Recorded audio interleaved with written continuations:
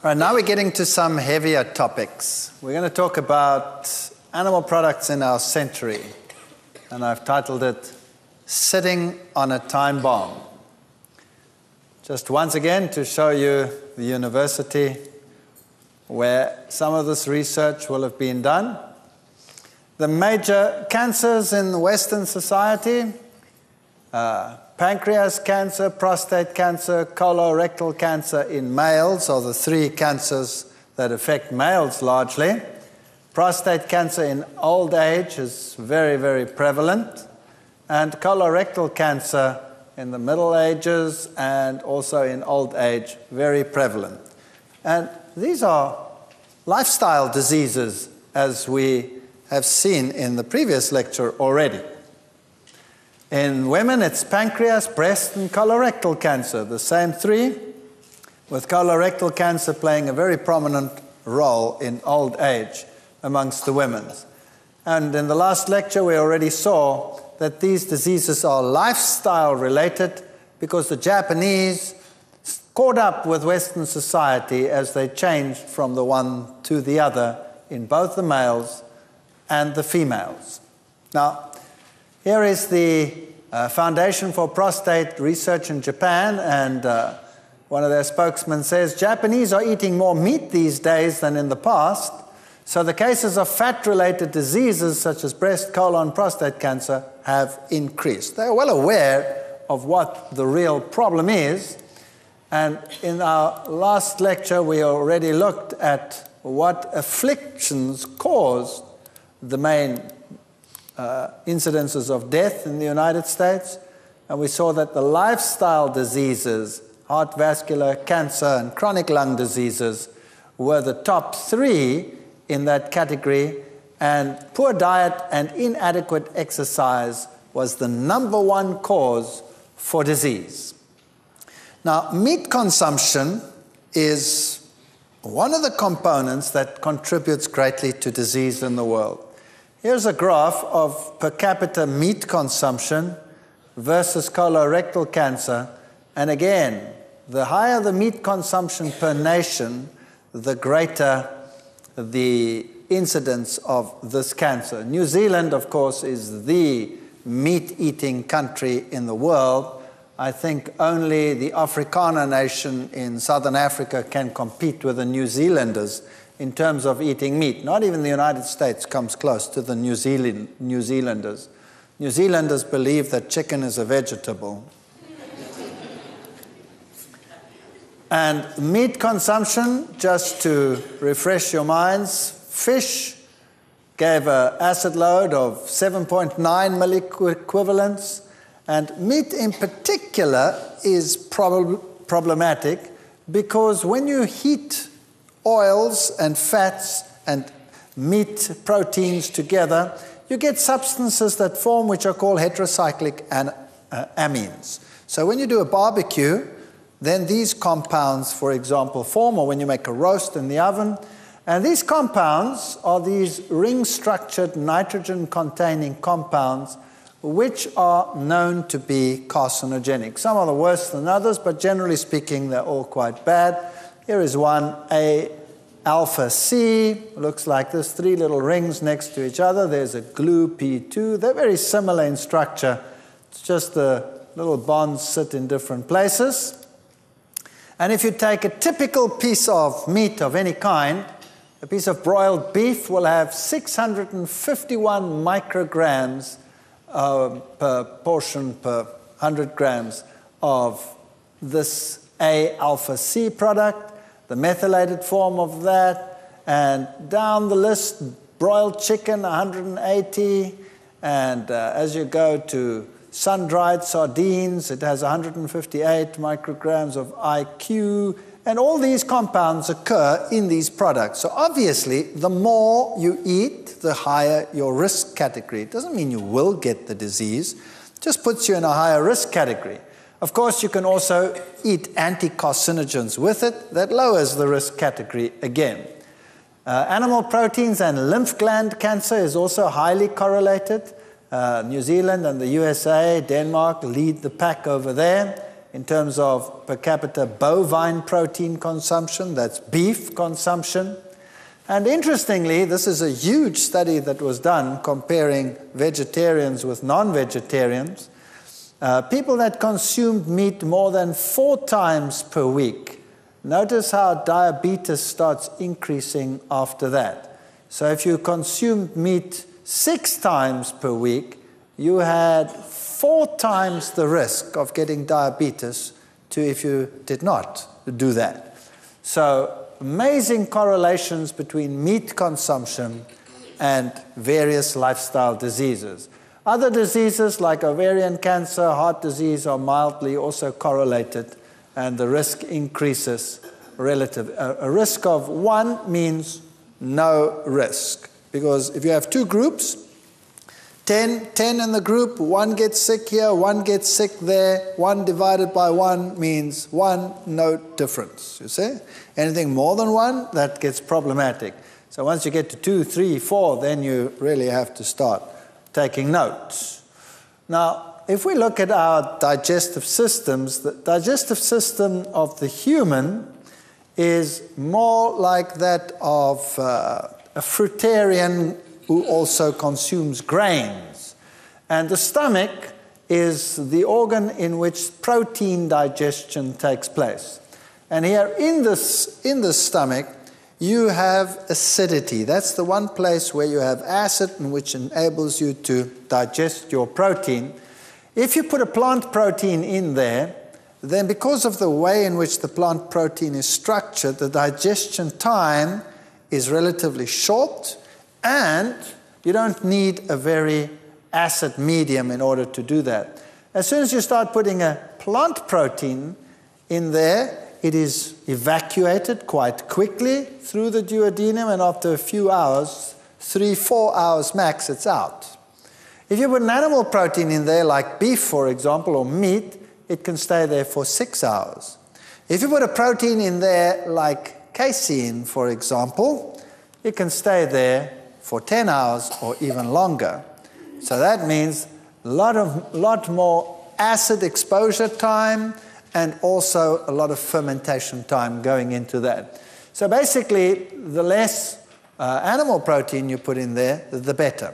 Another problem is that as the product moves out, it is analyzed up here in the upper end of the small intestine to see how far the digestion has progressed. So there are receptors that measure that and send impulses back, keeping the stomach closed for longer periods of time.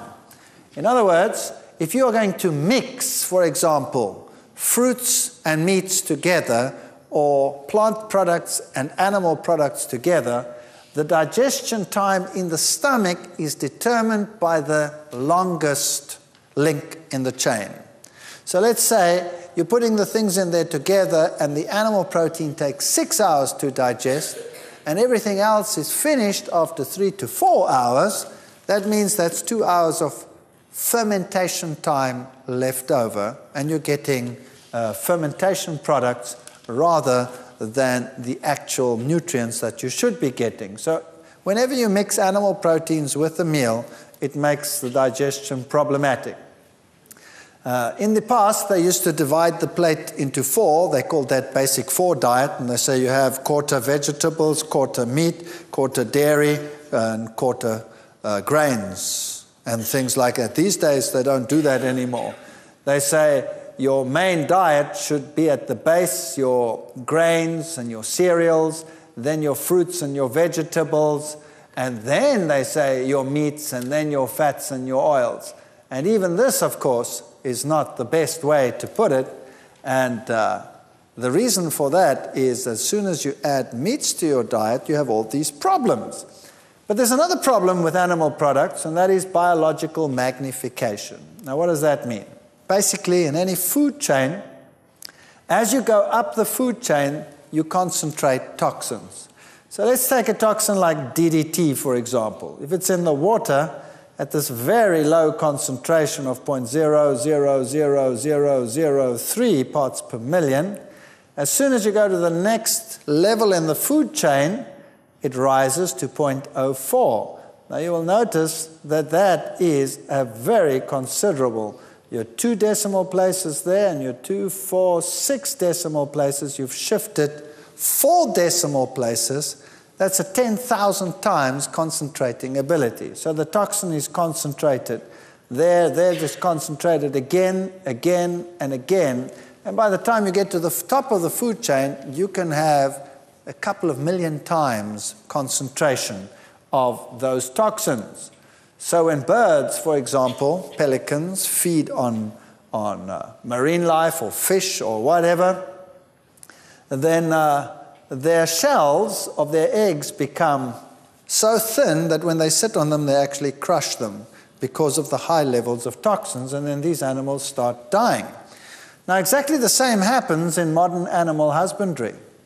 You see, modern animal husbandry, farming techniques today with farm lots is totally different to what it was like in the past. And you can get tremendous concentrations of toxins as you go up the food chain. People always say to me, well, what's the difference? You know, plants get sprayed. Yes, that's true, plants get sprayed. But animals eat sprays all the time.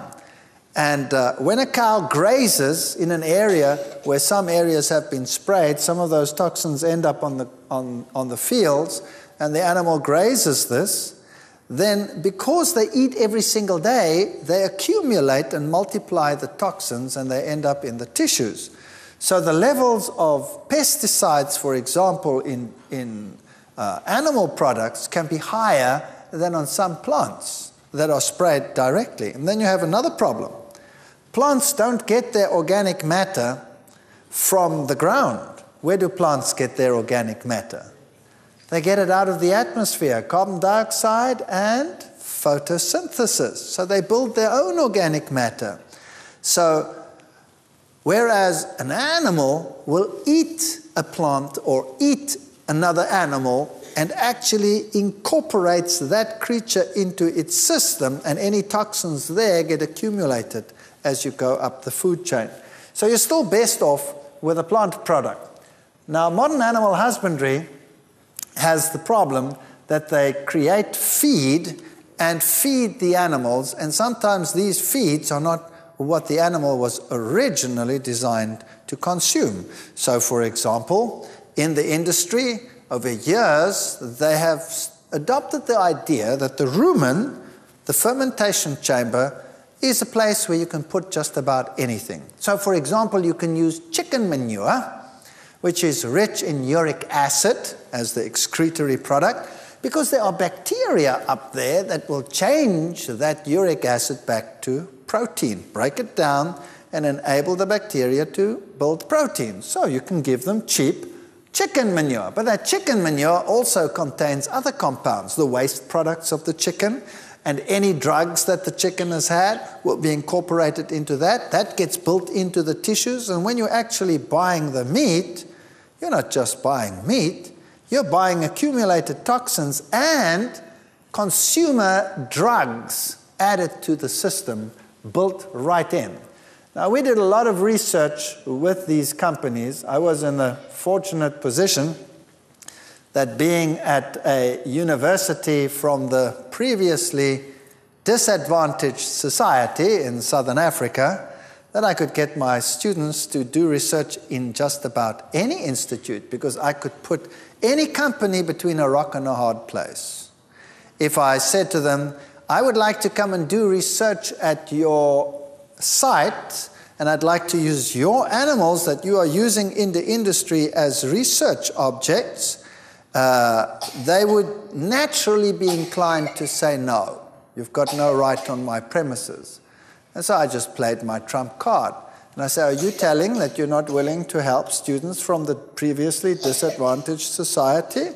And then they'd be between a rock and a hard place, and they'd say, well, and then I'd just go in and I'd do it.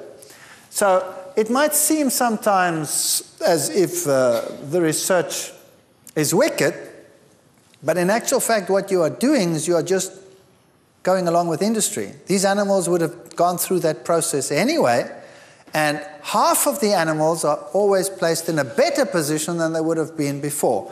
So I don't like animal experimentation, but this is one way in which you don't initiate it, you're just working with industry itself. Today, animals are fed anything from antibiotics to petrochemical waste to all kinds of manipulants. For example, the chicken industry, certain grains are cheaper at some seasons than others. Certain grains are just generally cheaper, like wheat would be cheaper than maize. Chickens don't digest wheat very readily, and so they just create enzymes which help them to get along with that. So you have designer enzymes which you give the animals, which help them to digest the feed so that you can give them a lower cost feed in order to get greater production. Irrespective of the fact that those designer enzymes will cause internal bleeding in those animals, that's besides the point. Who cares? As long as they still grow adequately to give you a return on the money. That's how it basically works. And I just thought I'd keep this in because I like the language. Beestevrek van voermengsel, which simply means cattle are dying from the feed that they are getting. These cattle were being fed chicken manure, which contained a monoenzyme, ionophore, which was used as a growth promoter for the chickens, and the cattle were dying of this growth promoter. Fortunately, he managed to get most of his cattle to the market before they died, but, it's a serious blow to lose all your cattle. What about that fortunately? That means who was consuming in a still higher capacity what was in those animals? The human beings. So it goes down the food chain. Fear in the food chains. Toxins in Belgian chickens set off another wave of anxiety in Europe. In this case, it was dioxin, which was in the food chain. It ended up in the food chain of pigs, and it ended up in the food chain of the chickens, and it causes cancer, of course, highly carcinogenic substance. This is a typical experimental setup where they keep chickens in feedlots like these, and in a normal chicken lot in industry, it'll look like this in a egg-laying situation where you'll put more chickens into a cage than the cage can accommodate, so that they're always squashed, so that no energy gets lost in terms of movement and the other, and all they are is they become egg-laying machines. Here's one of the industries where I was working with these chickens. This was one of my PhD students there. There's another one. And we were feeding these chickens like industry feeds them. Now, industry has different setups in different organizations. In this particular setup, they were using as one of the main feed items fish meal. Fish meal mixed with grains. And we said, all right, we want to compare that with a feed that contains no fish meal, no animal products. So we balanced the meals and got the equivalent proteins and all the parameters exactly the same, but the one got a protein group that came from animal protein, and the other one that got protein group that came from plant protein. And typically, this is what a chicken would look like very often if it got the animal protein. Notice the decalcified legs. These chickens couldn't walk properly.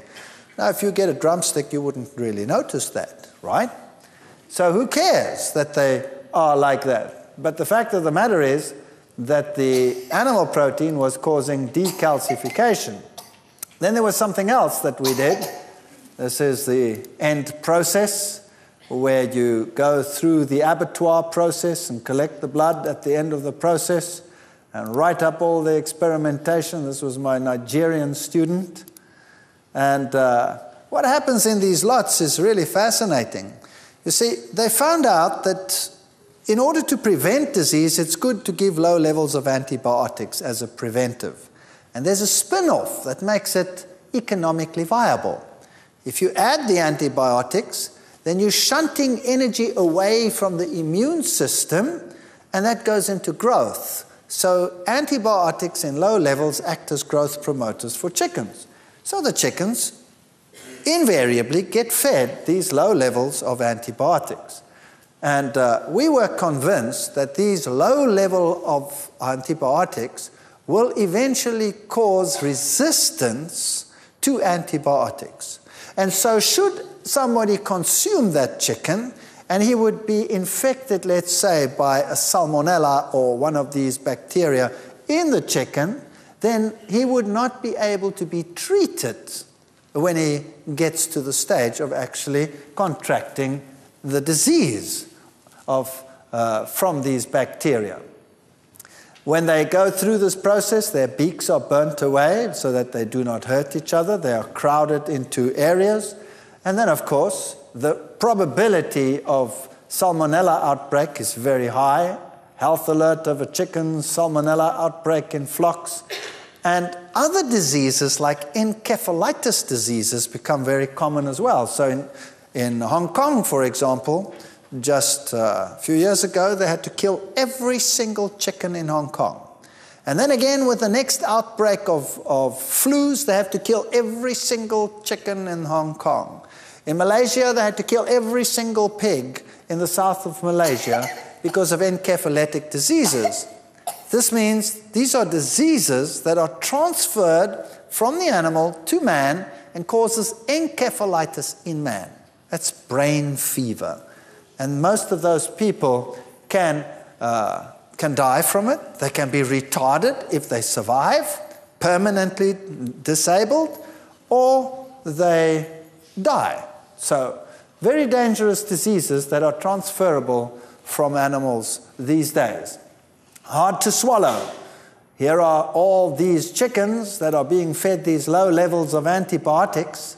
Here are some other drugs that are used in the animal industry. Clenbuterol, for example, is a drug that is used in cattle to make them grow faster, but it is a highly dangerous drug for human consumption, and it's banned in most countries. But here you can see that even in countries like Germany, they have regular scandals where farmers are actually using these on the black market.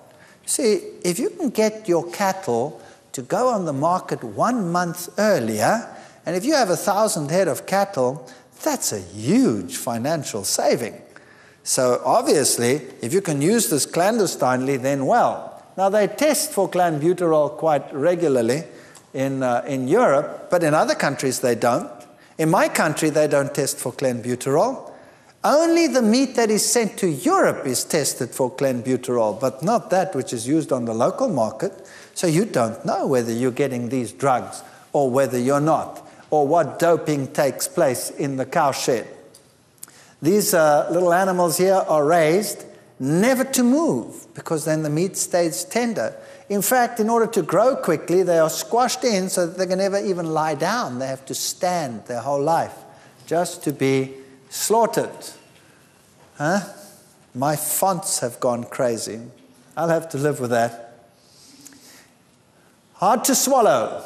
This should be a delta. The T delta S factor. Delta H equals delta F plus T delta S. Now, actually, that looks complicated, but it's not complicated. H is the total energy. F is the energy that goes into growth. And T delta S is the energy that is wasted in terms of movement and reproduction and thermoregulation and all the activities that make an animal. So obviously, if you want the energy you feed to go into growth, then you have to limit that. So you put the animal in a cage that it cannot move. And if it cannot move, it doesn't waste energy. You control the temperature, it doesn't have to waste energy on that. You keep the males and the females separate, they don't waste energy even just looking over the fence, you know what I mean? So that's how you keep them, and that's how you grow them, and that is modern animal husbandry. And then, of course, in these crowded environments, you stick to these antibiotics. Here was the case of burying the bacon. Did human error help spread a virus from pigs? So the encephalitis virus is these days very common in pigs. So we don't even worry about African porcine diseases and all the other parasitic diseases in pigs anymore. The big problem is really the viral and bacterial diseases that we can get today. Japanese encephalitis, a deadly disease, is spreading amongst farmers. And so they had to go and kill 300,000 animals, 10% of all the pigs in Malaysia. Even the medical world is saying pig transplants should be banned. You know, the heart valves, etc., that they use to replace heart valves in humans? You shouldn't do that anymore because the virus could be in there and your heart might function perfectly, but you die of encephalitis. So meat is not what it used to be in the old days, and a slice of pork or a slice of animal today is a product of the injection more than anything else. These were the world's deadliest scourges, other now than cancer, heart disease, and all of those. The number one killer of the infectious diseases is acute respiratory infection. In fact, bacterial or viral, that kills about 4.3 million people every year. Diarrhea, 3.2 million. TB, 3 million. Hepatitis B, malaria, measles, etc., goes down the list. So if you look at the first three, acute respiratory infection, diarrhea, and tuberculosis, all three of them are transmitted by animals, all three. TB you get in animal products, in dairy products in particular. Diarrhea is caused by bacteria, largely bacteria from animal products, so dairy products and meat products, some of it also from contaminated water, but most of these, and the respiratory infections, are because of lowered immune response, which makes it possible for these to come in. So if we look at the mid-80s, you'll see that bacterial infections started increasing on our planet in the mid-80s. So they just soared. That's Campylobacter. That's a bacterium found largely in chicken that causes diarrhea. Salmonella is, of course, the other one, food poisoning. Also started increases since the mid-80s. And if we look at the veterinary record from 1985, they'll tell you what they were suspecting, that antibiotics were being used to counter husbandry practices. So they did an analysis of antibiotics found in beef and chicken and found penicillin, tetracycline, streptomycin, and all of these antibiotics. Penicillin they didn't find in the mid-80s anymore because it wasn't used anymore. It didn't work anymore. So these are the ones that were mainly used. In beef, it was tetracycline, streptomycin, chloramphenicol, and gentamicin. And in any sample tested, in 86% of any random beef sample, you found that antibiotic. In chickens, the percentages were up to the 90%. So streptomycin you'd find in 93% of any random chicken.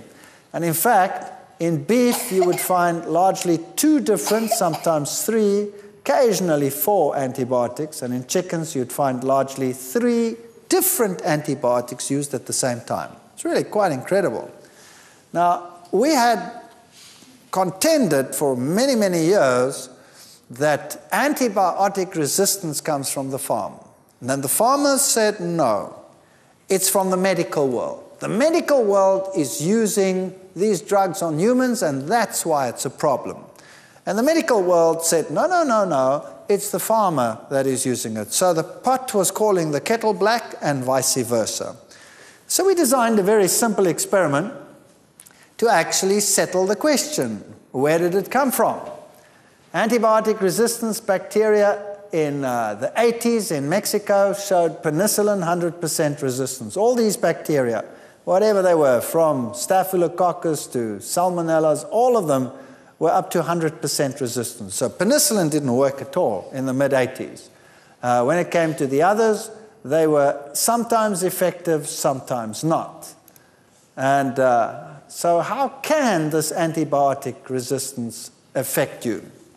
So by the 90s, 1991, 92, suddenly mystery infections in hospitals started to kill people. And then it started increasing to an epidemic. Animal antibiotics threaten hospital epidemics. And what was the problem? the killers within, all these bacteria, were now resistant to antibiotics. And then the first epidemic started coming in the late 90s, and the children are dying. An epidemic of food poisoning is only the latest Japanese disaster. And the Japanese Minister of Health was walking around with these thousands of children, all sick and dying. What happened here was that there was this major disaster of beef that had been contaminated with E. coli. And after school, little children went home from Sakai, and they came down with this sickness, an epidemic that the World Health Organization declared unprecedented in modern history.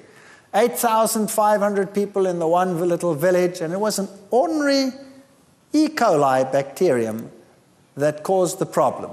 Children complained of vomiting, diarrhea. Doctors, assuming they were treating simple food poisoning, gave them antibiotics and sent them home. And did the antibiotics work? Of course not. Why not? Because the bacteria were resistant to antibiotics. They'd come out of the system. So the epidemic became a painful blow to the Japanese psyche. Thousands of people sick. The Spiegel came up with an article, deadly eggs, and packed the eggs in a little coffin. And the question was, is it still safe to eat eggs? Then legislation started coming in. In Europe today, you cannot order an eggnog. You cannot order a Sunnyside egg from a restaurant. If you go to France and you order a Sunnyside egg with the yolk soft, you go to jail if the cook gives it to you. He's not allowed to. It's against the law. So nothing is what it was before. Spain started introducing legislation, then Belgium. Eventually it spread to the whole of Europe. Days per week egg consumed, and you start seeing that there's a correlation also between prostate cancer, colon cancer, and egg consumption and ovarian cancer, very highly correlated. So the more eggs a woman eats, the higher the correlation of ovarian cancer. That's besides the salmonella problem in the eggs.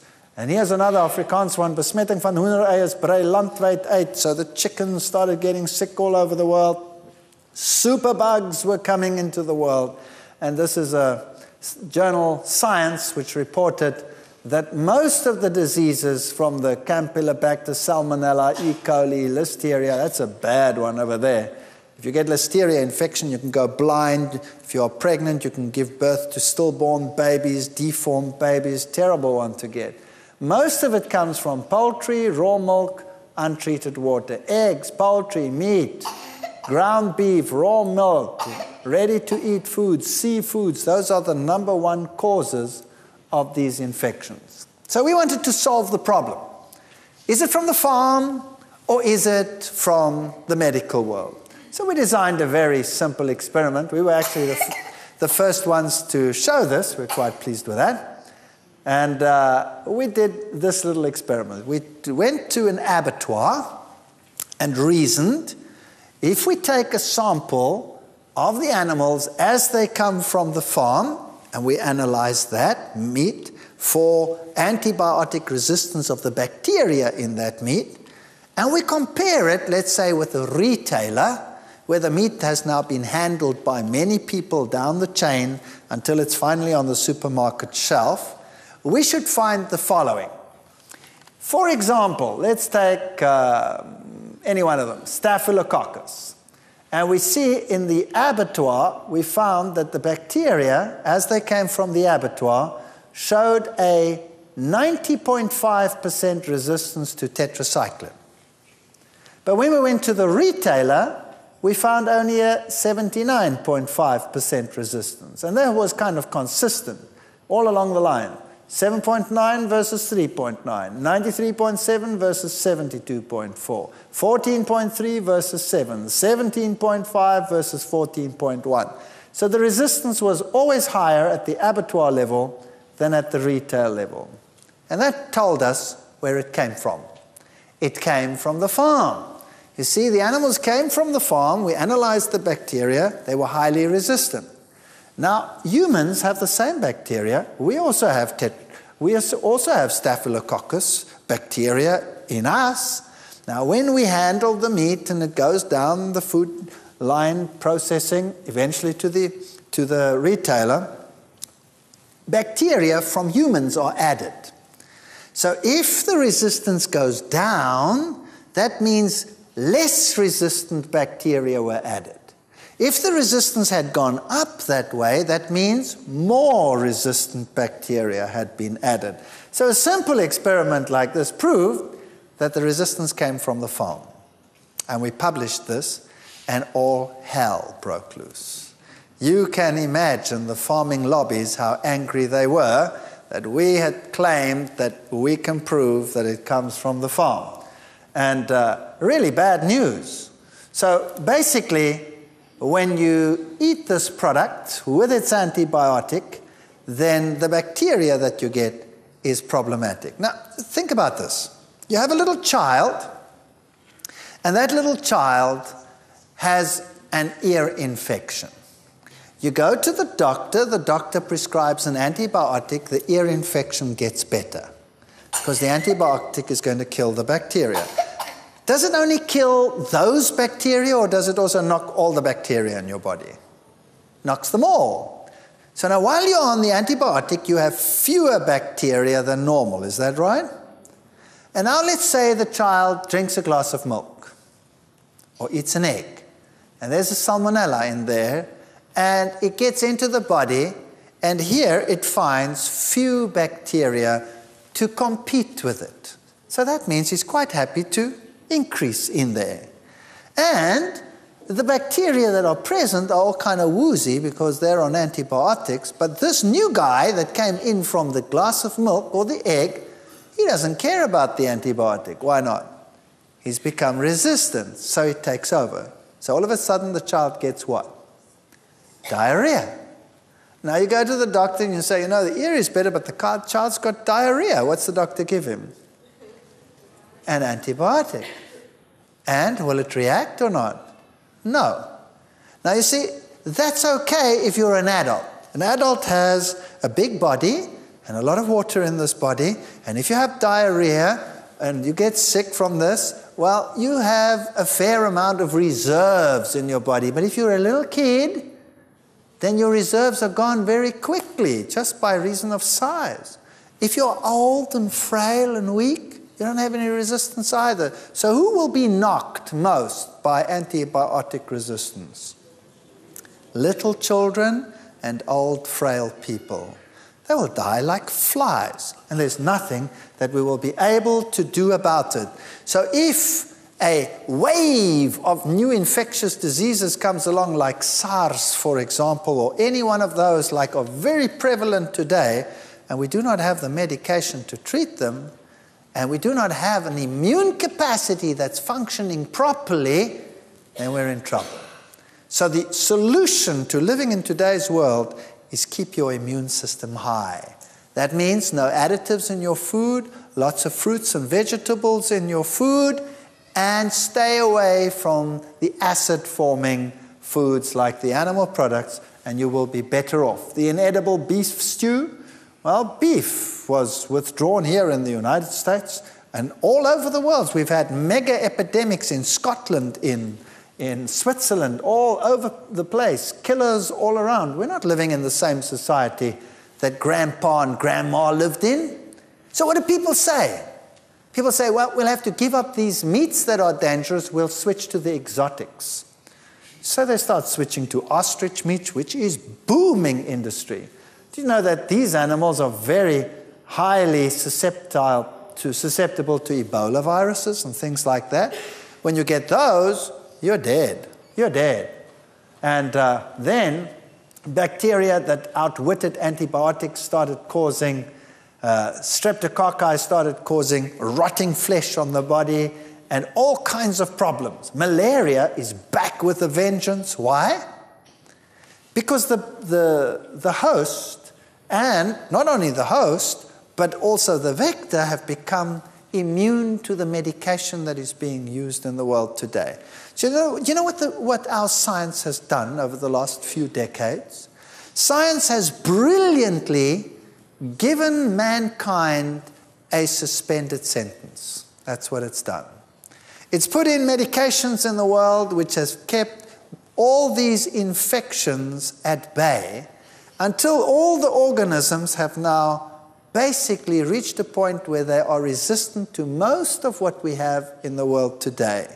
And we are sitting on the brink of what could become an explosion of epidemics, because the animals have started to outwit our drugs. And it's not so easy to develop new potent antibiotics. So we're living in a different society to grandpa and grandma. Then, how safe is seafood these days? People say, well, I'll be a seafood consumer. Here's a typical market of seafood. Beaches hit by health ban. The poisoned Amazon. Cholera makes a comeback. And then the seals started dying. In their thousands, they started washing up on the beaches. In pristine areas, such as, for example, along the coast, the west coast of Africa. No industries, no nothing. And the animals started dying like flies. Why? Then the people say, but these animals are undernourished, that's why they're dying. They were dying actually of pneumonia. That's what they were dying of, pneumonia. And if you look at them, they don't look very undernourished, not at all. But there are certain chemicals in the water that didn't exist in the water a few decades ago. For example, there's a chemical in the water called TBT, tributyl tin. It's a compound that they add to the paint of ships, oil tankers. It's only permitted for oil tankers, where they paint the oil tanker to keep the barnacles from growing on the oil tanker. All others must be scraped manually to clear the barnacles off. But this compound keeps the barnacles off because it's hard with the oil tanker to clear it. Now, the concentration in the ocean is very, very low. I mean, it's incredibly low. But as you go up the food chain, it gets concentrated, and a seal can actually have up to 50 micrograms per 100 grams in its fat. So, what happens? The seal is swimming around, he's normally quite wholesomely happy, nothing wrong with him, and the toxin is stored in his fat. And now there is a lull in the fish. Let's say for a day or two the fish are scarce, or for a few days. What does he live on during that scarcity? His fat. So he burns his fat. And as he burns it, the TBT leaks into the blood system. And when it's in the blood system, the immune system goes. Out goes the immune system. And the infectious bacteria come in, and he has no resistance, and he gets pneumonia, and he dies. So now imagine, where did they get their TBT from? From the fish that they were eating. So now imagine you start eating fish regularly. That means you get those same compounds that the seals are getting, plus the PCBs and all the other compounds that are in there. And where do you store them? In your fat. And now you're fine, because they are basically out of the way. You've stored them in your fat. And then one day, you get sick. You get a normal flu, and you're feeling lousy, and you have a bit of a temperature, and you're lying in bed, and you're starting to burn up, and you stay in bed. And you're not hungry, and you have a temperature. What do you burn in order to supply that energy? Your fat. And what happens to those compounds? They leak into your blood. And what does that do to your immune system? Knocks it out. And then you get super sick. Then all of a sudden, instead of just having a flu and a cold, you actually start coughing like crazy, and you end up with pneumonia, eventually double pneumonia, and you're in the hospital, and everybody says, you know, the bugs are getting tougher these days. No. The bugs are not getting that much tougher. Our ability to cope with them is getting poorer. Does that make sense? Our ability to cope with them is getting poorer. People that go on a healthy lifestyle and they start losing weight, they get sick like dogs. Why? Because all those accumulated toxins are entering into the body and knocking out the immune system and they're sick, and they say, whoa, I better get back to my normal diet. The way to do it is to reduce slowly and effectively and drink lots and lots of fluids and detoxifying liquids to wash that stuff out of your system, and then start life with clean fat thereafter. Omega-3 fats. Don't they tell you that you have to have fish in order to get your omega-3s? Yes or no? Now, is that true or is that not true? Now, let's just briefly look at this.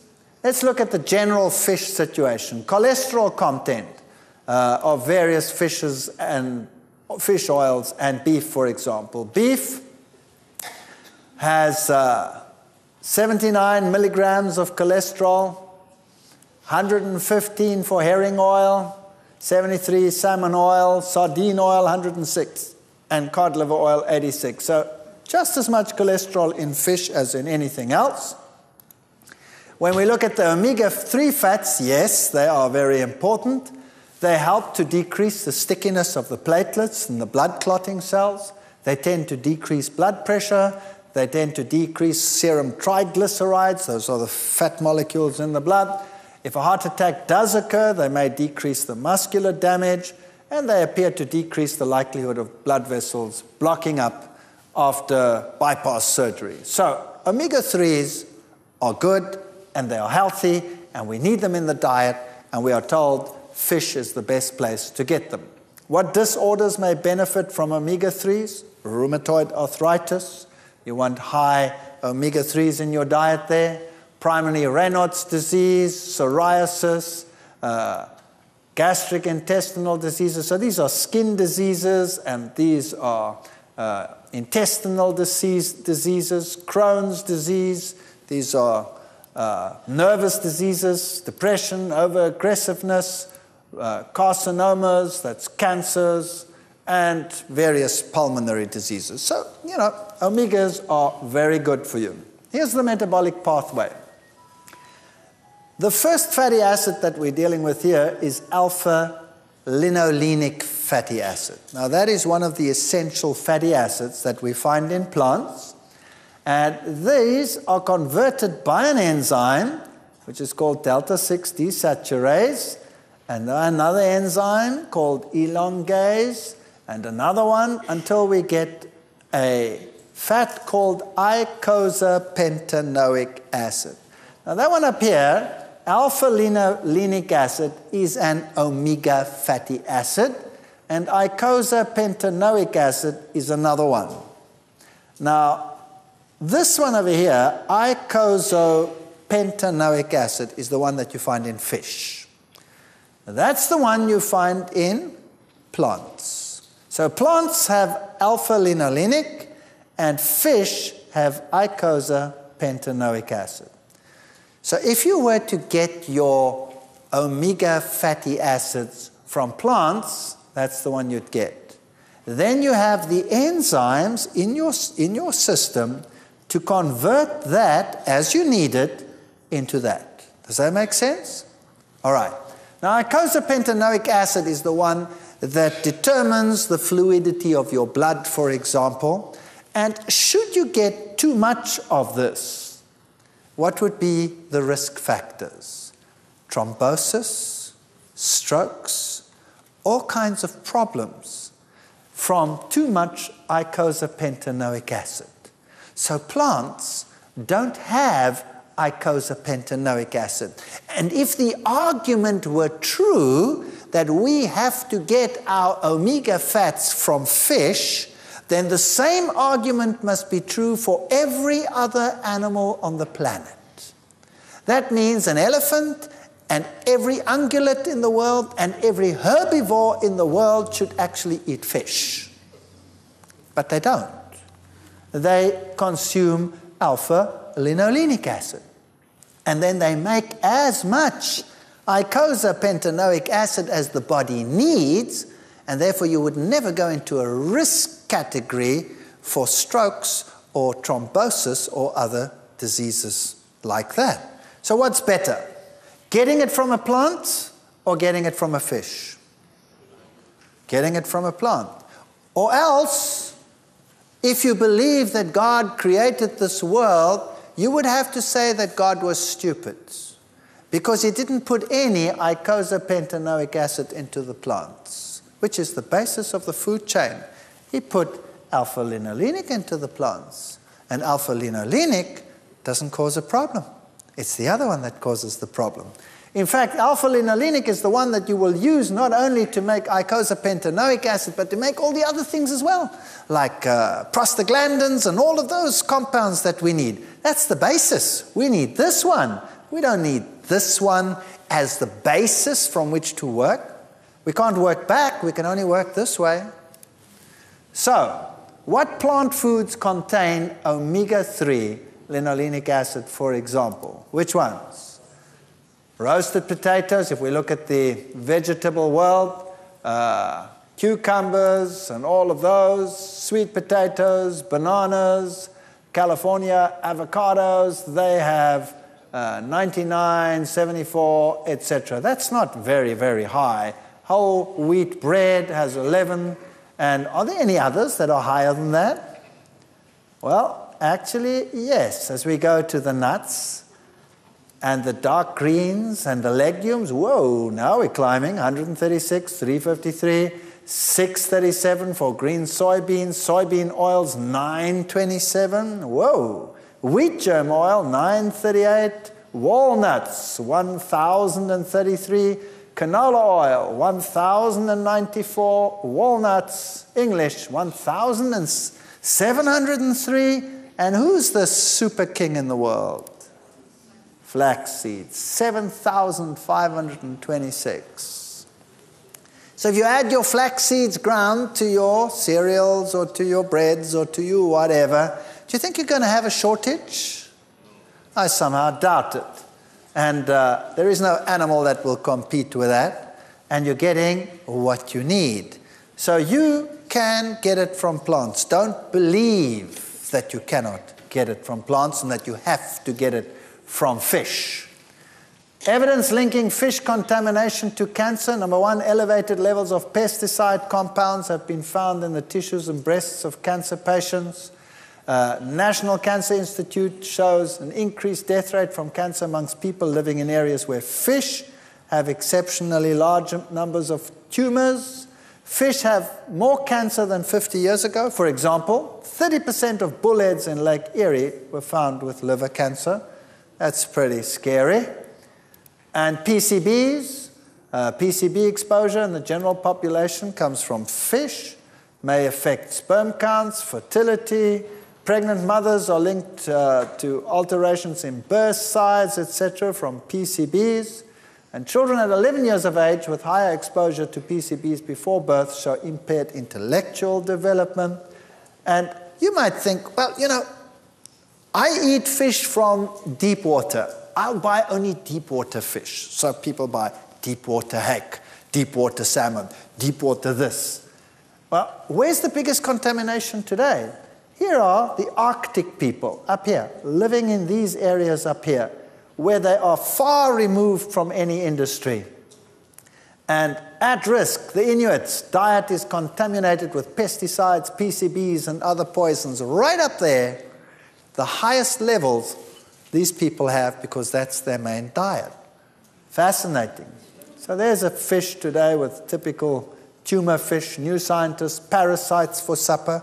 The fish too, of course, have a reduced immune system, and so they are getting more parasites than before. Mystery killer stalks Australian waters, new parasites that we never even knew about affecting these fish. These fish develop aganodia. They don't develop any sex organs. If we look at the decline in fishing over the years, we'll also find something else, that oil ratios in fish have declined since the 80s to the 90s. That means the fish are not storing energy like they used to in the past. That means that they are generally diseased. And so up until the 90s, we find an increase, with a peak increase suddenly in 88, of what we call atresia. That means these animals actually start producing eggs, but they haven't got the energy to finish the process, so off it goes again. The fish world, since the 80s, when the high industry toxins started taking their toll, is not what it used to be. I'm always a bit worried when they come out already fried. Yeah. So it seems that the general food structure in the world, the feedlot structure, animal husbandry, the fishing world is a problem. And then we have some new exciting occurrences. Mad brains, mad cow's disease. In humans, it's called Creutzfeldt-Jakob syndrome. And what caused it, they found, was a prion. Now, many, many years ago, we started lecturing about these issues, and many years ago, you can check old tapes of ours, started warning that these things would become epidemics. People were laughing at us. I'm talking about 12, 15 years ago. Today, nobody laughs anymore. Prion disease, what's that? A prion is a tiny little protein that occurs in the brain. Millions and millions of proteins called prions live in the brain. And the normal one looks like a double helix. And an abnormal one, the protein has flattened out into sheets. We'll look at that in a moment. And suddenly the animals started going crazy. Cattle would start bashing their heads against the walls, and then they would start foaming and falling over, and they would go mad. Now what happened? Normally prions, depicted here by these little blue proteins, occur in the brain between nerve cells, and they form important functions to help transmit impulses and other activities in the brain. And as I said, normally they have this helix structure. They are twisted like that. Now occasionally it can happen that a prion becomes abnormal, and then it flattens out into a sheet, and it looks like this, a converted prion. And suddenly it is different. It adheres differently. Its charge is different. And instead of lying between the nerve cells like this, it actually goes and sits on the nerve cell. It packs onto the nerve cell. Later it covers the whole nerve cell, and that nerve cell cannot exchange oxygen anymore, and it dies. And when it dies, it gets resorbed, and then there's a little hole where the nerve cell was. And eventually a lot of nerve cells start dying, and then the whole brain gets full of holes, and it starts looking like a sponge. That's why it's called a spongiform disease, like a sponge. Bovine means cattle, spongivore, encephalus, brain inside the head, literally means cattle with sponge brains. That's what it means. And they said, well, that's too bad for the cattle, but fortunately, not too bad for us. It just means we have to eat more meat, because all these cattle are going to die, and so we consumed them. And at that time, Major was in England when the epidemic broke out. Major was the Prime Minister, and he said, don't worry, no problem. It cannot affect you, everything's fine. Spiegel didn't believe him and had this little cartoon of him. I've eaten beef all my life, and I can assure you it never caused me any harm, moo. Now, the fact of the matter was that they said, well, this is something to do with the brain, and it won't affect the meat. You'll be fine if you eat the meat. The epidemic started in the 80s. Then by 92, it reached its peak, and thousands of cattle were affected. As were tests that were made, and eventually it came so far that it killed just about all the cattle in the entire British Isles. And the epidemic was under control by the late 90s. Now, what happened? Notice at the peak of the epidemic, 1992, these were the exports of beef to the rest of Europe. So at the peak of the epidemic, 1992, beef exports just exploded and tripled in millions of tons to Europe. You see, they had a lot of cattle that they had to put down, and so people had to eat this meat. Not only that, what's not shown on this graph is the huge quantities of carcass meal. where they actually condemned them and ground them down and dried them and sent the feed over.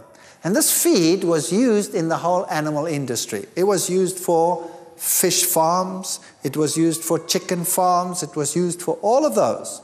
And so they started feeding this to these animals. And then the fish started to get what they called staggers, where the fish got and they got mad fish disease.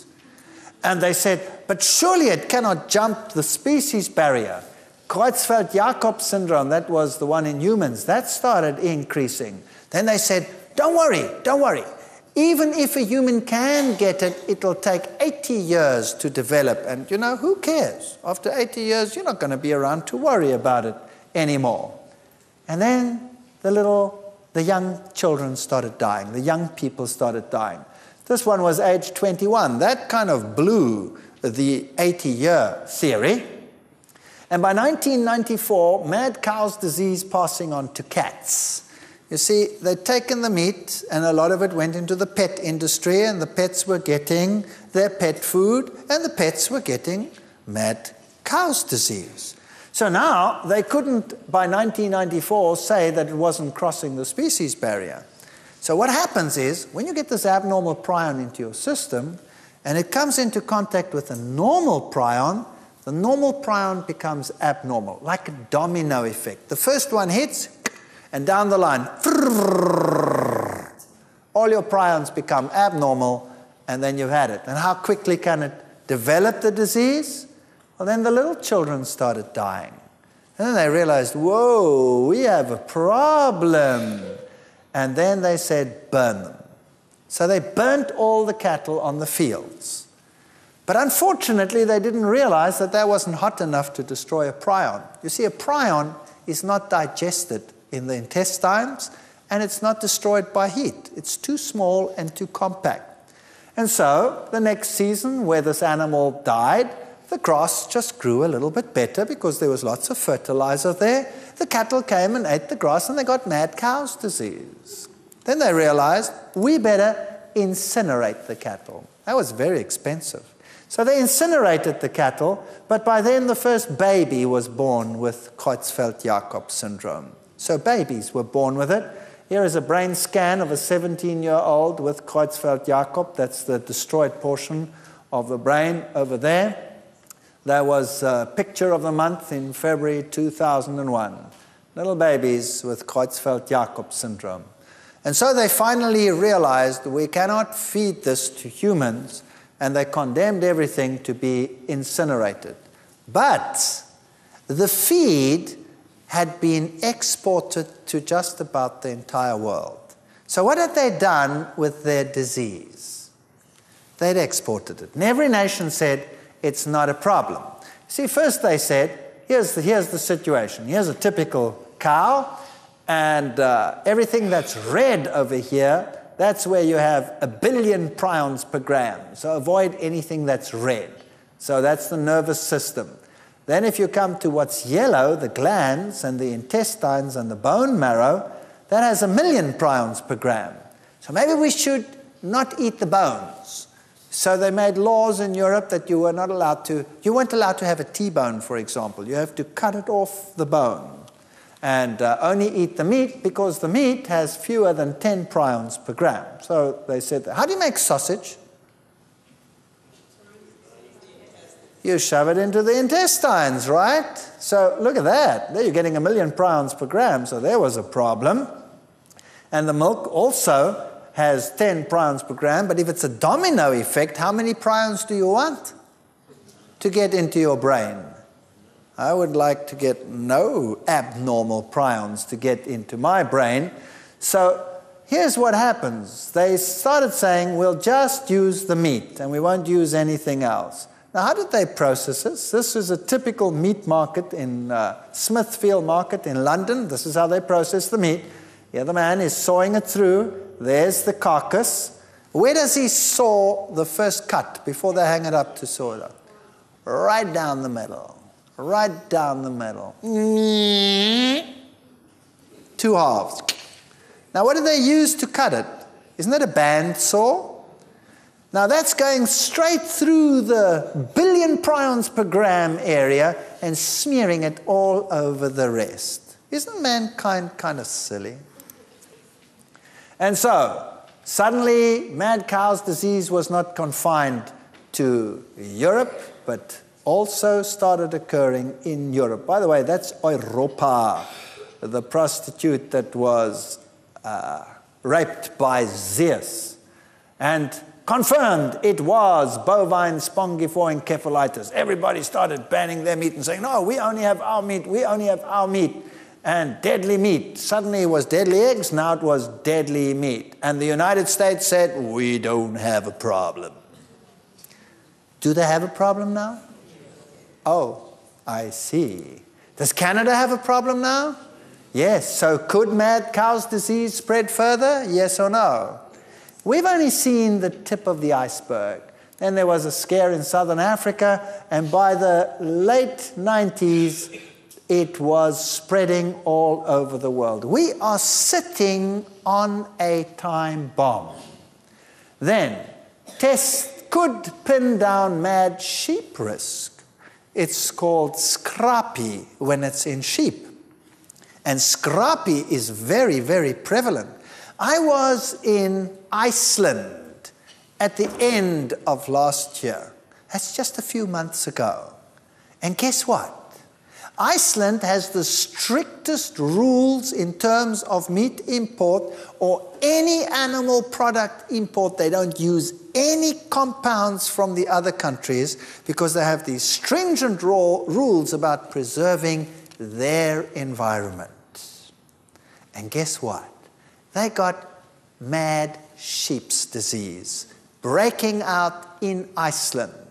And they had to destroy an entire herd of one particular farmer. It was interesting to me, very interesting. And so, even in that country, by the late 80s, doctors at the VA hospital in Pennsylvania autopsied 54 demented patients and discovered that 5.5% had died of Creutzfeldt-Jakob disease. While the United States was saying the problem doesn't exist in this country, in 1989, they knew already, published in the journal Neurology, that it was prevalent.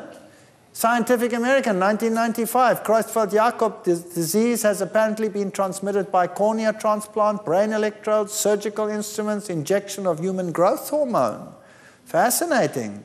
The Annals of the New York Academy of Science predict or said ample justification exists for considering a similar pathogenesis for Alzheimer's disease. And then something else started increasing. By 2001, we just got over the major BSE scare, which is not gone, which is just simmering under the surface, waiting to explode, when suddenly there was this tremendous TB shock. Tuberculosis shocks the farmers in Germany. First there was the BSE crisis. Then we had the pig feed crisis, and now we have TB. And this TB is transmittable to humans. And this was thought to be extinct in Germany for many, many years, but suddenly the milk and the meat and all of this contains this bacterium again, and we are at risk from getting TB from these animals. And then foot and mouth disease, Maul- und Klauenseuche, animals, sheep, goats, all these pigs, all these creatures, also the wild animals, started getting foot and mouth disease. And hardest hit again, England. England had just killed all its animals, re-imported new animals, and started the whole industry all over again when suddenly they got foot and mouth disease. Death on the farm. And this is now close to our time. And what did England have to do? Well, England had to kill every single cow and pig and animal in the whole of England. And here you can see the pictures. It was horrendous. And here was the slaughterhouse as they burnt again hundreds of thousands of cattle with foot and mouth disease. And Europe refused to import the meat from England. Now, this is a fascinating story. Now, the rest of the world also got foot and mouth disease. You had an outbreak everywhere. You had it in Australia, you had it in Southern Africa. The outbreak was just about universal. What did the other nations do? The other nations said, well, that's ludicrous. England has got a screw loose. Why kill all these animals and why get rid of all that capital? There's a much easier way to deal with this disease, and this is what the other countries did. They made huge quarantine farms, and they put hundreds of thousands of heads of cattle with foot and mouth disease into quarantine. And then they immunized them all. They immunized them. And then eventually the disease was under control and the problem is solved. So the whole bang shoot was immunized. Now, what does immunization do? Immunization, as the word implies, makes one immune. Is that correct? That's what immunization does. Makes one immune. Does it get rid of the vector, the cause? No, it just makes you immune to the cause. Now, previously, think about this. If the cattle were not immunized and they got foot and mouth disease, you knew that animal was contaminated, right or wrong. And what did they do with it, like they did here in England? Put it down, burn it, and it's gone. If that disease is then not in the other animals, it means none of them have it. Is that right? Now they're all immunized. Do you know whether they're carrying it or not? No.